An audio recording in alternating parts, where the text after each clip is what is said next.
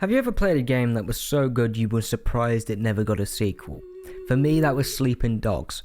But Sleeping Dogs went under everyone's radar, except mine, it feels like. I know that's obviously other people have played it, but there you go. I always thought it would get a sequel, but it never did. But that was back in 2012. Now, a remastered version of this game came out on PlayStation 4, Xbox One and all that, and it wasn't very good, to be honest. It was still 30 FPS, but they bumped it up to 1080p, so if you're considering buying it and you want a game that's not 30 FPS, this is not going to be it, so let's get that out of the way straight away. But with that being said, it's now 2023, it's been over 10 years since that game technically released, so let's get into this. Let's see if it's actually worth playing in 2023 and you could get a bargain. We'll start with story and then we'll move on to gameplay as usual. So Sleeping Dogs is focused on a character called Wei Shen. He's an undercover cop who is tasked with going into his old gang from when he was a kid, or at least his teenage years, in Hong Kong. He moved to America and now he's back in Hong Kong to infiltrate his gang.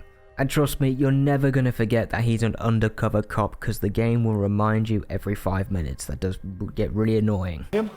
He'll be under extreme stress maybe for a very long time. Now, I'm not sure he has the discipline to hold up. According to the file, he has a history of extreme behavior. Yes.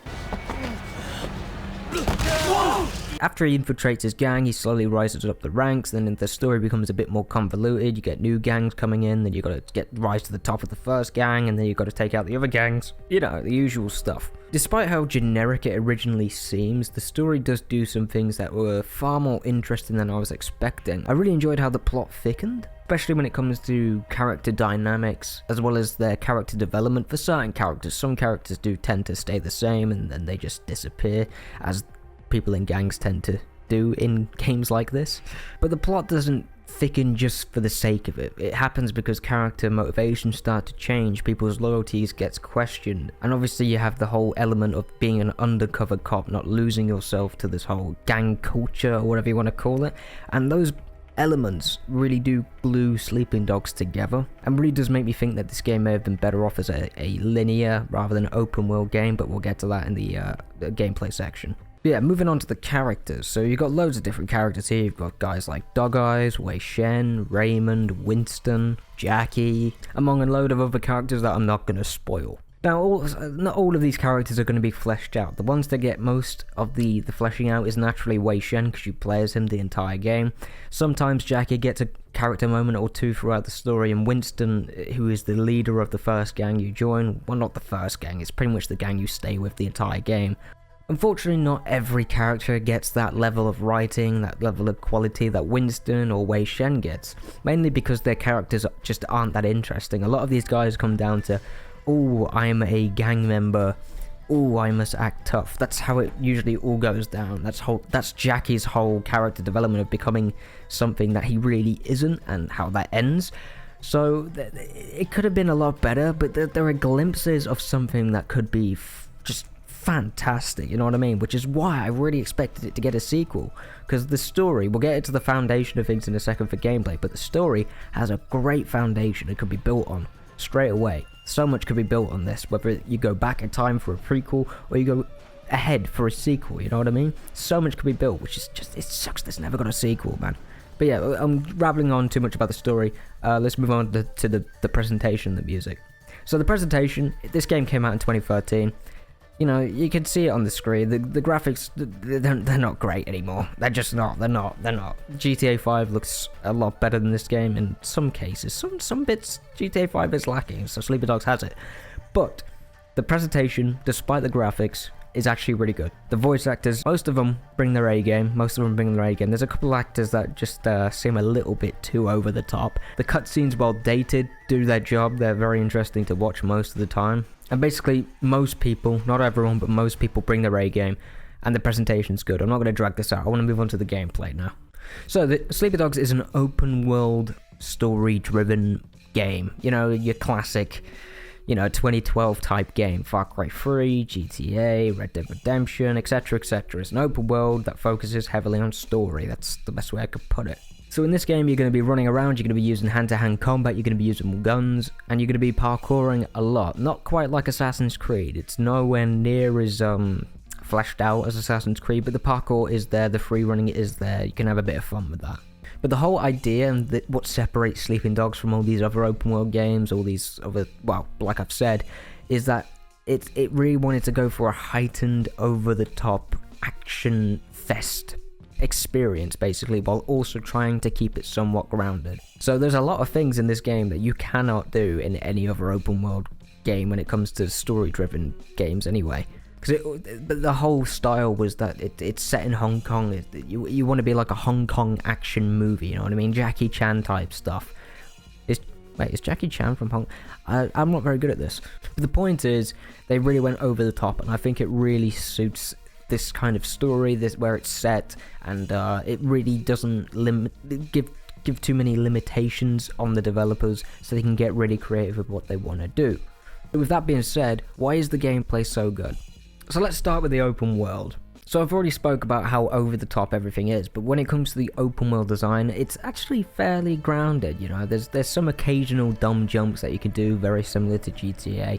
But the thing that separates it from GTA and Red Dead Redemption and Far Cry and every Assassin's Creed game under the sun is that Sleeping Dogs goes for a smaller but denser city. And what I mean by that is that, let's say you drive for 2 minutes.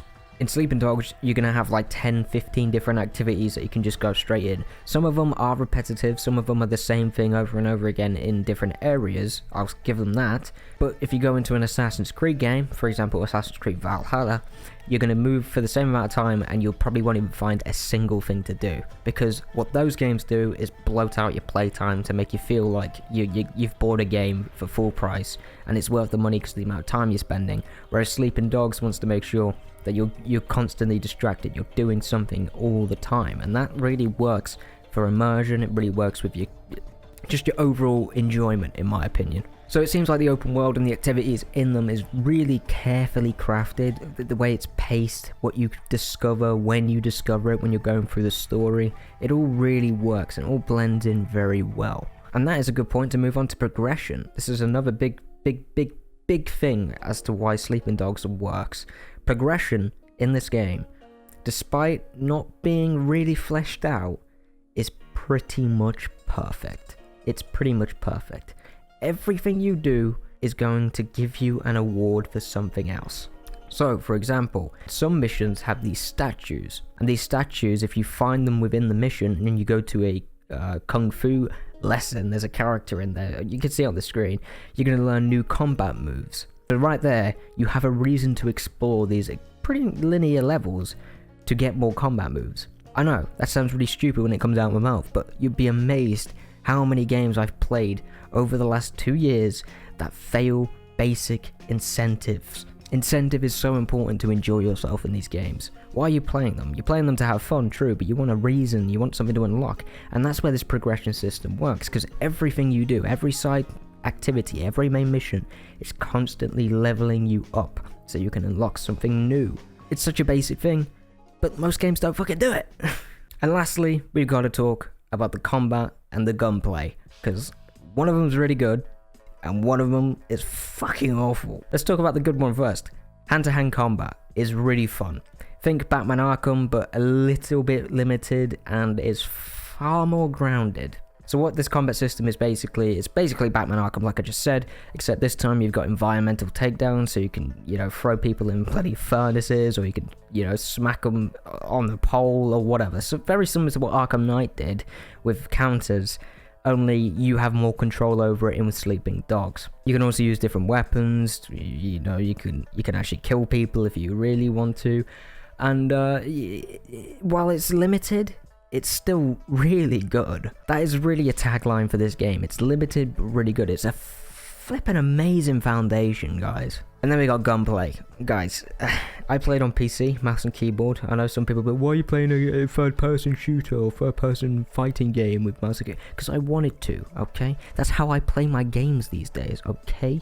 But the point is, the shooting, the gunplay, I'm sure on paper it sounds really good. It does end up being very boring and very hand-holdy. So the idea of this gunplay system was, you go into cover, and this is the big deal. Everyone was doing third-person cover shooters, basically. Gears of War, Max Payne, all of that stuff. Max Payne 3, not the other Max Paynes, because they didn't have cover.